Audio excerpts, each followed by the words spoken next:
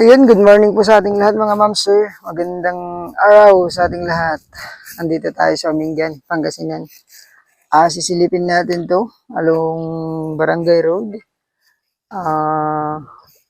May 50 meters frontage there. Tapos may corner doon na farm to market road. Ito yung umpisa ng lupa. 6 na hektarya po ito. Titled property. Pangalan po ng magkakapatid. 3 daw po sila. So, tignan natin yung kanyang titulo mamaya.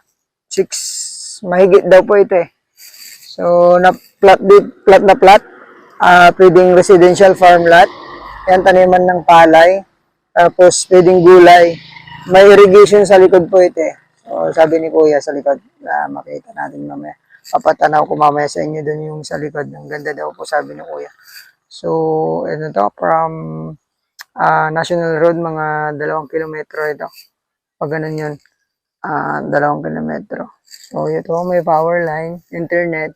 Yung water nila, nandun pa lang, yung nawasa. Pero, ang ginagamit banda rito yung deep well, lagayan ng kuryente. Pero, yun, malapit naman na yung nawasa. Someday, mapupunta dito pag marami ng bahay. So, papuntang Umingan din, San Vicente. Yan. Ito, katabi tayong mga, cemetery. So, maganda to dahil tahimik ang kapitbahay. So, 6 na hektarya dito sa bayan po ng Umingan. Flat siya, tapos pa ganun konti. So, pasilip natin sa loob. Tignan natin kung kaya nating maglakad dito. Medyo matigas naman siya. Ayon sa ating kasama, ay ito po ay titulado. Sisenya sa akin mamaya yung kanya pong title para makita po natin. 3 daw po silang magkakapatid na nakapangalan sa titulo. So, ganda rin pong to. Gawing farm. Bakasyonan. Pag sa mga hindi takot. Pero mababait yung mga kapitbahay na yan. Try nating mapunta doon mamaya. Kasi ang ganda nga talaga doon, no? Puntahan ko. Ganda. Ikot na lang po ako. Ayan. So, dito. Mumotor na lang po ako. Ayan, along Barangay Road, mga ma'am sir. Accessible siya. Tapos, from Manila, 2 to 3 hours. From Tiplex to 20 to 25 minutes. Yan doon yung property. Isang poste, so 50 meters yung kanyang frontage. Tapos corner lot. Pinadaanan po ng mga farmers natin dyan sa likod. Kagandahan po nito, 200. Pag dumiretso, papuntang San Vicente, lalabas din ng National Road. Papuntang Isabela. Ayan ganda talaga. Doon po yung property mga ma'am sir. Ayan doon. So may burol. Ayan. Ito po yung part ng lupa. Try kong pumunta doon mga ma'am sir para makita din ninyo. Ito. May kuryente. Kunin ko lang po yung tricycle natin mga ma'am sir. Ayun mga ma'am sir, dito ako sa gitna ngayon. Yung kalsada po pala, nakakausap natin yung caretaker. Kasama pala to sa property. Parang binigyan lang niya ng daan yung mga nasa loob. Pero okay lang naman siyang kung magustuhan nyo to, pwede namang i-open din para magkaroon ng kaibigan dito sa mga likod, bro. So ito, dito ako sa gitna. Puntahan natin yung pinakamataas na part. Ayan. So ito, natatamnan po ng palay. Walang tubo to pare. Sa udulan. Pero pwedeng magpalagay po ng deep well dito mga ma'am sir. Ayan, may mangga din po akong nakikita 3. Tapos milina. Puntahan ko sa pinaka Hindi ko na binaba yung motor ko. Baka madulas dito. Ayan. Ayan po, di po kasama yung baka. Ay, meron no bro. Merong tubig pero bubuhayin yan. Sarado na yan. Okay. 6 na hektarya mahigit. Ayan, nakausap po ng ating kasama yung seller nito. So, anytime, pwede po tayong pumunta sa lugar niya para makipag-negotiate yung kanilang price. May mga mangga din talaga, oh. Tapos, hindi pa sila matanda. Mga native to. Native na mangga.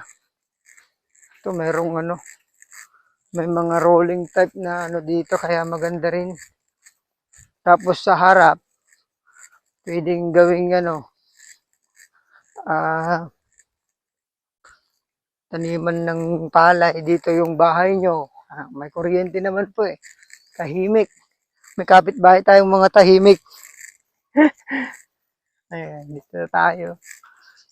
Ito na siguro yung end niya, bro. Yun pa. Kasama pa yan. Yung mga milina, oh. Ayan, so lumiko. Ayan, hindi natin mapasok. Kasi may tanim na ano. Ayan, kasama po yung mga palay na yan. So, 6 na hektarya. So, try ko pong makakuha po ng lot plan nito para makita natin yung shape ng lupa. Pero parang lumiko yan. Anting. Puntahan nga natin yun. Madaanan ba yan? Yan. Maganda rin yung ano, yung shape ng lupa natin. Tapos along barangay road pa siya. No. Makakalakad kaya tayo dito. Wala ata. Yung may burol pa siya. Oh. Ikot na lang tayo dun. Ikot na lang po kami dun para makita nyo. Ayun, nandito na po tayo sa may gitna ulit. Yung rice line niya. Tapos yung kanyang pinaka ano, rolling type. Pastured land, farm lot. Kompleto. May rice line ka na, may mango farm, may mangga. Tapos may mga jibilina po. Try nating pumunta dun. Kasi ang ganda. Daanan naman po siguro to. Nagpantalunak na nagkatulgi sa kakay di na pantadya ko. Kuya po. Ay, ito. Ay, pwede pong magbukas ng ano doon, ng kalsada kasi naikot yan yung property. Dinadaanan po nung sa likod. Marami din mangga, pre. Hanggang doon pa yung property, o pa ganyan, tas umikot. So may mga miliin na siya, mahogany, tas mangga. Hindi nga lang po karamihan. Hindi lang siya. At least may mga 10 mangga. Ay, ito, ang ganda po. Kita na po dun sa ano. Sada. Meron kita pong fruit bearing, oh. Duhat. Ayan. Tapos mga berries na maliliit, yung kinakain po ng mga, ano na yan. Ayan, mga milina. Pero pwedeng magdagdag po dito ng ano, fruit bearing. Mura pa to, no? Ito na po yung pinakamura dito sa Umingan. Na malapit sa National Road. Ayun. Ayun. Doon tayo galing kanina, ma'am, sir. Tapos pag ganun na po yung property. Ayun po yung ano, bakod. Yan, paganoon. Sikutin po natin. Samahan nyo lang po kami ni Pare Ricky. Magiting na agent ng Rosales. Ayun. Kumutong tatlo, pre. Kumutong pa. Kapapag now yun, no? Ganda po dito, ma'am, sir. Ayan. Kasama po yan. Pag ganyan. Pag ganun po. Ano, ganda. Pwede nang i-harvest itong mahumili na, oh. Matataba na po sila. May mga bayabas. So, 6 po na hektarya. Titled property, mga ma'am sir. Pangalan po ng magkakapatid. 3 sila.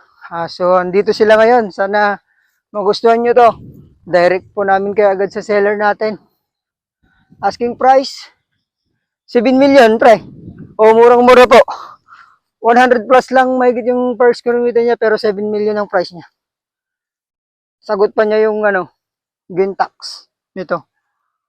So, yun. Tawagan nyo po ako agad pag magustuhan nyo po ito. Dito po sa Mingan. Tas sa aking Facebook account lalagay ko po dito sa screen. And maraming salamat po. God bless po sa ating lahat. Thank you.